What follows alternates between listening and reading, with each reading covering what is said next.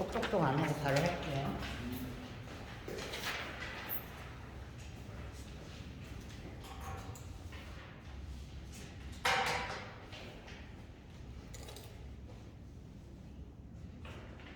달리번호 2번 수업 시간 시작하도록 하겠습니다.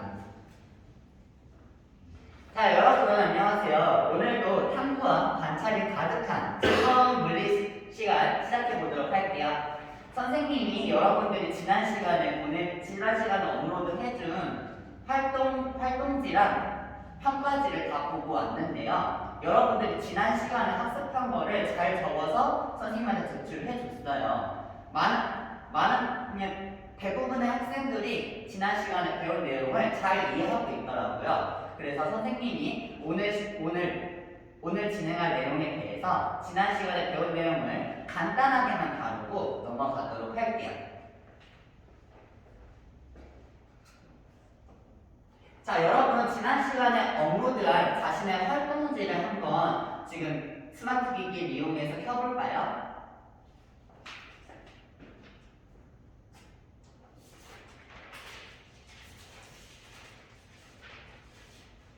네, 다 켰나요? 좋아요. 그러면 그 활동지를 보고 선생님이랑 지금 지난 시간에 배운 내용 확인할 때 큰 소리로 대답을 해주시면 됩니다. 알겠나요? 좋아요.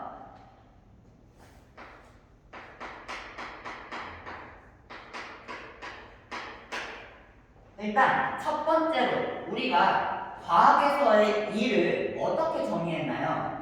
많은 친구들이 대답을 해주었는데 과학에서의 일은 여러분들이 힘의 방향으로 이동한 거리의 곱이라고 말을 해주었어요. 일은 선생님이 힘의 방향으로 이동한 거리를 오늘만 이 삼각형 S라고 써줄게요. 이 델타는 변화량이라고 생각을 하시면 됩니다. 자, 그럼 우리가 또 옛날에 어떤 걸 배웠냐면 힘을 압력과 면적의 관계로 표현할 수도 있었는데 기억나나요? 오! 여러분들이 다 잘 대답해줬는데 힘을 압력 곱하기 면적으로 표현할 수 있었죠. 그리고 여기 삼각형을 델타라고 하는데 델타 S를 그대로 써줄게요. 그러면 이 A 델타 S를 우리가 어떻게 표현할 수 있냐면 면적 곱하기 높이가 뭐죠? 그렇죠. 부피가 되죠. 우리가 얘를 P 곱하기 델타 V 압력 곱하기 부피의 변화량으로 이를 표현할 수 있다라는 거고요.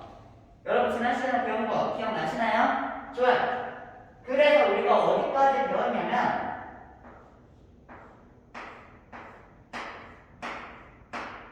부피의 변화량이 0보다 크면 우리는 무슨 일을 한다고 했죠?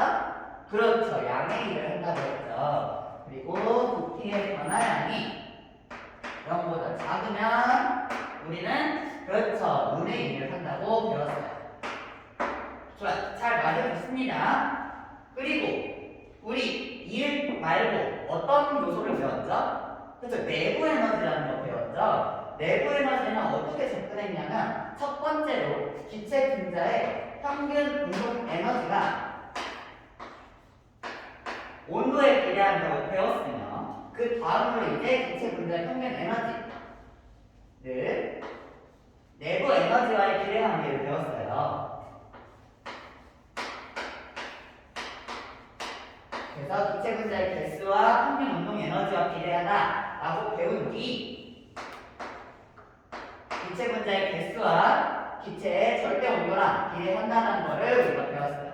그래서 오늘 주목해야 될 점은 기체가 한 일은 압력 곱하기 부피의 변화량으로 표현할 수 있고 기체의 내부 에너지는 기체 분자수와 절대 온도와 비례한다는 것을 주목을 해줘야 돼요. 그래서 우리가 온도 변화가 0보다 크다면 그러면 내부 에너지 변화는 어떻게 표현할 수 있을까요, 여러분? 그렇죠. 0보다 크다 라고 표현할 수 있고 똑같이 0보다 작으면 그렇죠. 0보다 작다고 표현할 수 있겠죠. 이 부분을 기억한 뒤에 오늘 탐구활동 진행해 보도록 할게요. 자, 선생님이 오늘 탐구활동 안내해 주세요. 오늘 탐구활동은 풍선을 이용해서 기체 분자의 일과 내부 에너지 변화를 우리가 알아보는 탐구활동을 진행할 거예요. 자, 탐구 과정은 선생님이 여기 PPT에 띄워놨는데요. 다 같이 큰 소리로 읽어볼까요? 시작! 풍선을 적당한 크기로 빈다. 두 번째 시작! 비커에 뜨거운 물을 붓는다. 세 번째 시작! 풍선을 뜨거운 물이 담긴 비커에 넣고 풍선의 변화를 관찰한다. 좋아요. 네 번째 시작! 뜨거운 물을 버리고 차가운 물을 부어서 풍선의 변화를 관찰한다. 라고 되어 있어요. 실험 과정 어때요? 간단하죠? 좋아요. 그러면 이제 그 다음 슬라이드로 넘어가서 실험실 유의사항과 안전사항 다 보이나요? 이것도 한번 큰 소리로 읽어볼게요. 유의사항 첫 번째 시작! 팽창된 풍선을 바로 차가운 물을 부어서 변화를 관찰한다 라고 써져 있죠. 여러분들이 관찰을 더 용이하게 하기 위해서 뜨거운 물에 담갔던 풍선을 바로 찬물에 담가서 변화를 관찰하셔야 합니다. 아시겠나요? 네, 좋아요. 그리고 안전사항 한번 읽어볼까요? 시작! 뜨거운 물을 다룰 때는 면장갑을 끼고 실험을 진행한다. 두 번째 시작! 뜨거운 물이 튈 수도 있으므로 가까이에서 관찰하지 않고 조작하는 사람은 보안경을 착용해서 다루도록 한다 라고 써져 있어요. 자, 여러분 선생님이랑 다 같이 안전사항을 잘 지키면서 실험하겠다고 약속할 수 있을까요? 네, 좋아요. 꼭 약속해 주시는 거예요. 좋아요. 그러면 지금부터 탐구활동 진행할 시간은 15분 드리도록 할게요. 15분 동안 탐구를 충분히 관찰하고 여러분 스마트 기기를 이용해서 활동지를 작성해주면 되겠습니다. 이해되셨나요? 네, 그러면 활동 시작해주세요.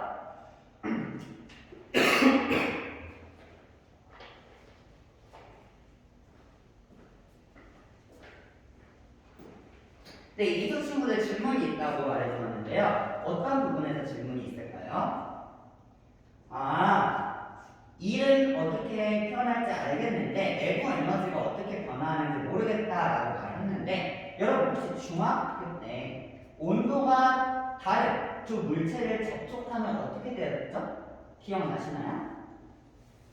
온도가 결국 평형이 된다고 했는데 풍선에 뜨거운 물에 풍선을 담그면 둘의 온도가 어떻게 될까요? 같아질 거라고 했죠. 그러면 원래 풍선의 안에 있는 기체 온도가 어떻게 될까요? 좋아요. 그거를 이용해서 한번 내부 에너지 변화를 관찰해보면 좋을 것 같아요. 네, 6조는 벌써 실험이 끝났나요? 활동지 작성까지 끝났어요. 그러면 여러분들이 작성한 활동지에 그렇게 생각한 이유까지 한번 구체적으로 적어서 나중에 활동지 업로드 할 때 같이 업로드 해주시면 됩니다. 그렇게 해줄 수 있을까요? 네, 좋아요.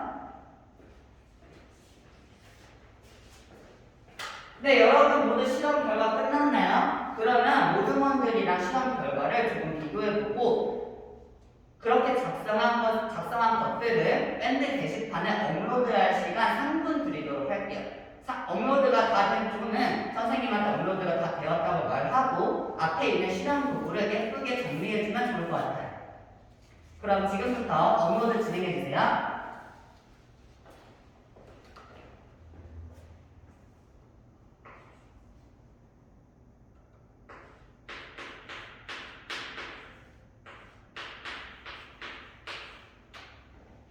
네, 모두 업로드 마쳤나요? 선생님이 여러분들이 업로드한 글들을 다 봤는데 놀랍게도 모두가 똑같은 결과를 도달했어요. 그만큼 여러분들이 학습 내용을 잘 이해하고 있다는 뜻이겠죠? 네, 좋아요. 그러면 여러분들이 정리한 내용을 선생님이랑 함께 정리해 보도록 해요. 자, 선생님 일단 오늘 들어갈 핵심 개념을 위에 크게 적어줄게요. 먼저 기체가 한 일은 어떻게 구할 수 있다고 했죠? 그렇죠. 압력과 부피의 변화로 구할 수 있다고 했어요. 그리고 여러분들이 한 결과를 보면 뜨거운 물에 담궜을 때는 풍선의 부피가 증가했다라고 했어요. 풍선의 부피가 증가했다라는 것은 무엇을 의미하기로 했죠? 그렇죠. 풍선에 있는 기체가 양의 일을 했다라고 말할 수 있었고요. 찬물에 담궜을 때 풍선의 부피는 모두들 감소했다라고 말을 해줬어요.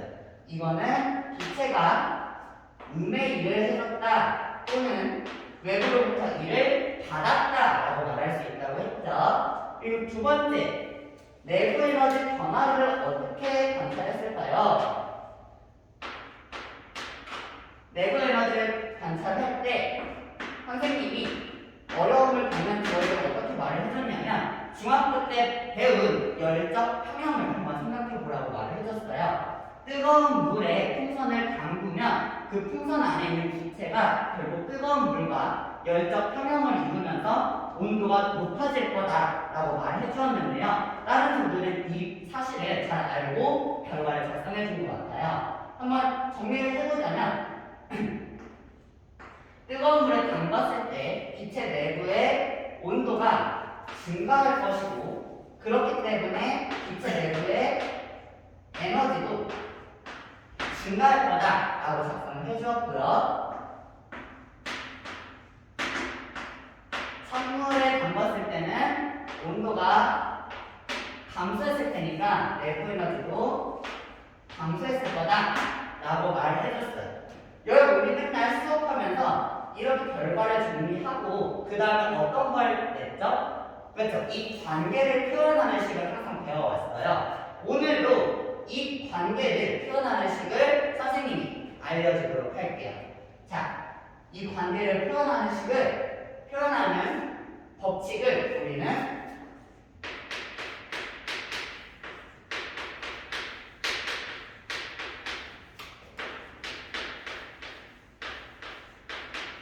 열역학 제1 법칙이라고 합니다. 들어본 적 있는 사람 손 들어볼까요? 네, 들어본 적 있었다고 말했는데 어디서 들어봤을까요, 민우이는? 아, 유튜브에서 봤어요. 서연이는 어디서 들어봤어요? 과학 잡지에서 들어봤어요. 여러분들이 들어본 친구도 있고 안 들어본 친구도 있겠지만 열역학 제1 법칙이라고 해서 우리가 오늘 실험한 결과를 다음과 같은 수식으로 나타낼 수 있거든요.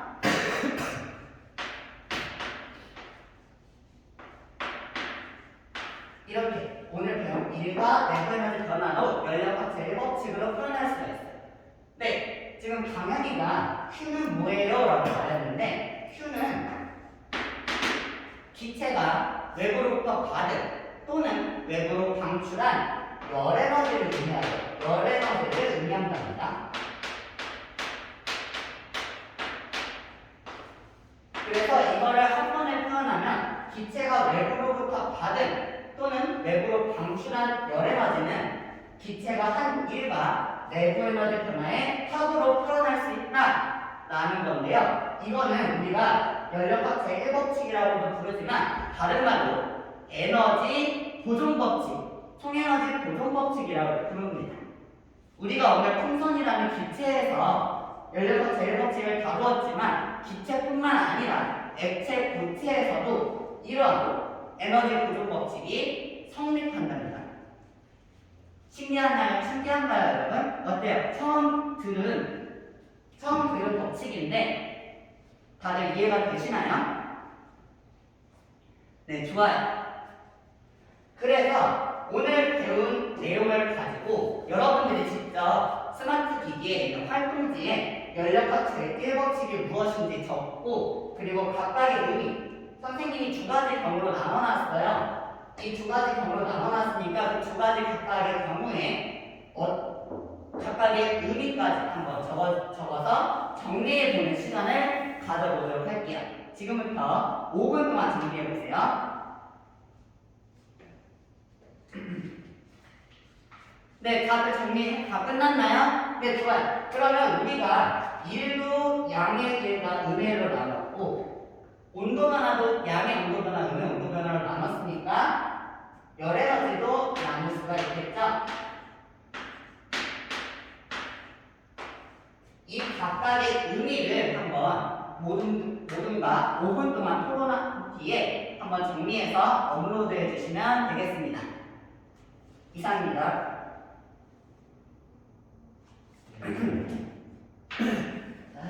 어렵다.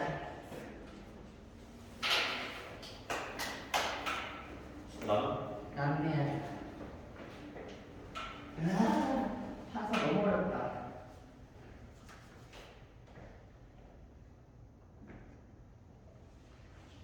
준비되면 바로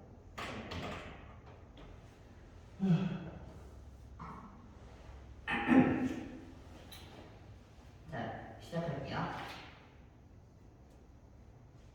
수업 나눔 1번 문항 잠시 읽어보고 답변 드리도록 하겠습니다.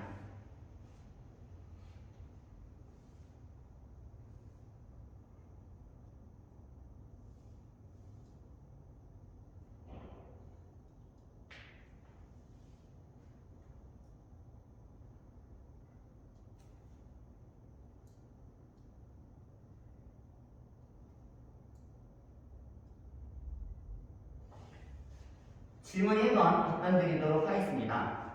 배움이 학생들의 삶과 연계된다는 것은 학생들에게 있어서 배움의 의미를 알게 하고 배움에 대한 흥미를 불러일으킬 수 있는 중요한 가치라고 생각합니다.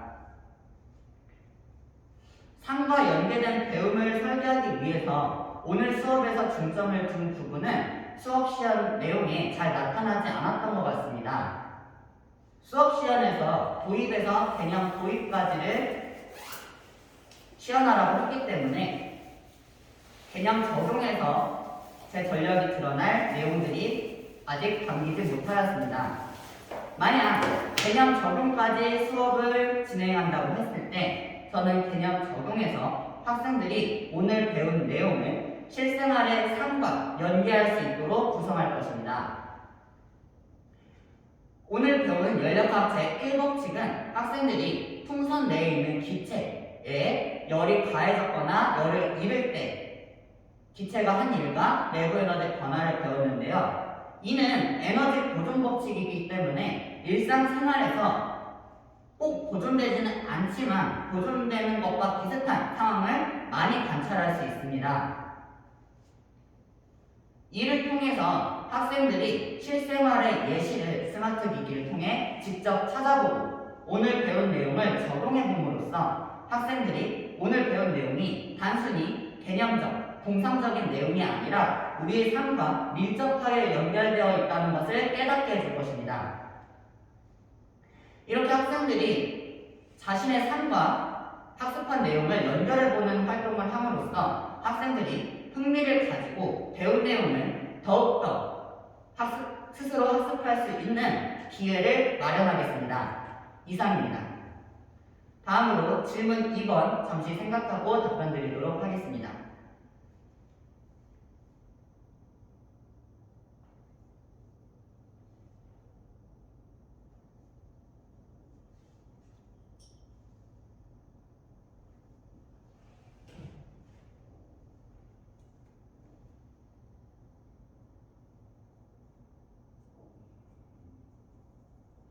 질문 2번 답변 드리도록 하겠습니다. 이번 수업에서 대부분의 학생들이 성취 기준에 도달하지 못한다면 저는 이 학생들을 위한 보충 수업을 기획할 것입니다. 보충 수업의 방식은 온라인 수업 업로드 방식이 될 수도 있고 대부분의 학생이 도달하지 못한 것에 대해서 다음 수업 시간에 보충이 들어간 수업을 기획할 수도 있습니다. 만약 온라인 보충 수업을 진행한다고 했을 때 저는 유튜브를 활용해서 저의 보충 수업을 업로드할 것입니다. 제가 학교 현장에 가서 가장 실현하고 싶은 것이 언제 어디서든 학생들이 학습할 수 있도록 보충 수업, 추가 수업을 제 개인 유튜브에 업로드하는 것입니다. 학생들은 교사의 유튜브에 언제 유튜브를 구독하여 교사가 올려주는 보충 수업과 추가적인 수업 또는 흥미를 유발할 수 있는 자료를 언제 어디서든 관찰하고 수업을 들을 수 있도록 할 것입니다.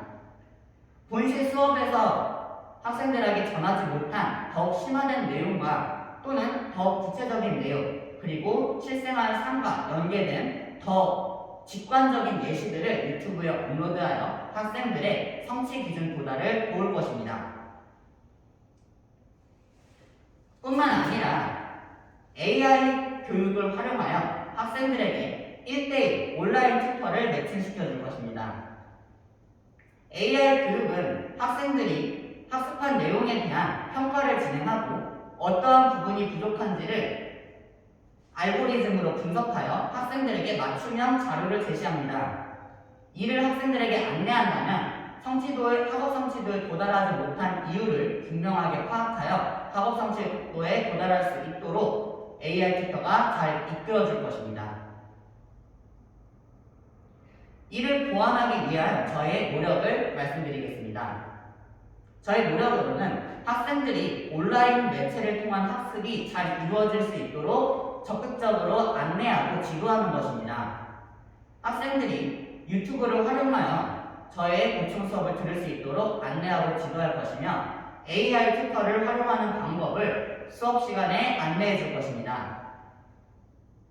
이를 통해 학생들은 학교 안에서도 학교 밖에서도 학습을 이어나갈 수 있으며 학습 목표에 도달하기 위해서 언제 어디서든 노력할 수 있을 것입니다. 이상입니다. 다음으로 질문 3번 잠시 읽어보고 답변 드리도록 하겠습니다.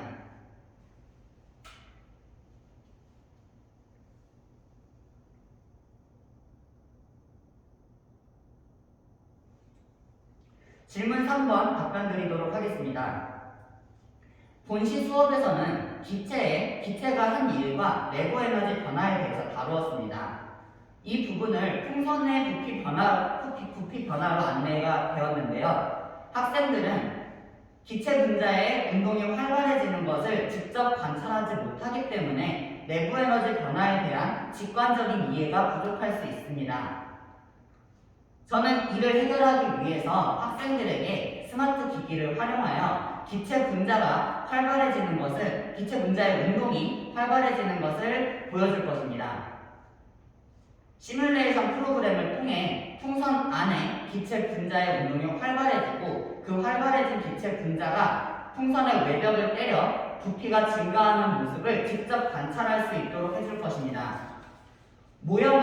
과학 모형은 학생들이 시각적으로 관찰하기 어려운 자료도 이해하기 쉽게 시각적인 자료로 보여줍니다.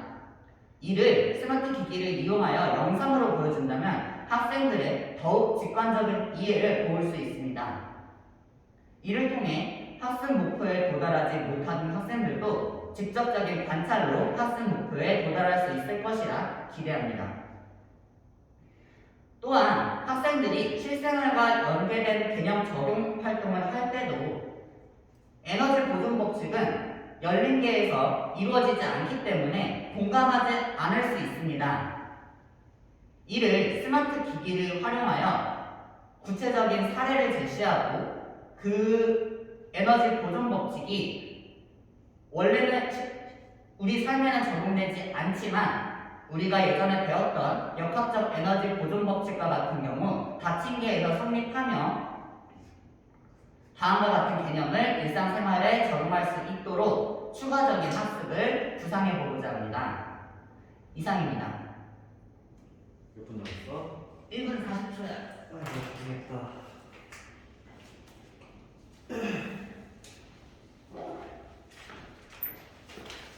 이거 어렵다. 수업 시간 어렵죠? 근데 제가 판서를 하느라 꼬였어요. 그래서 판서 너무 신경 쓰느라.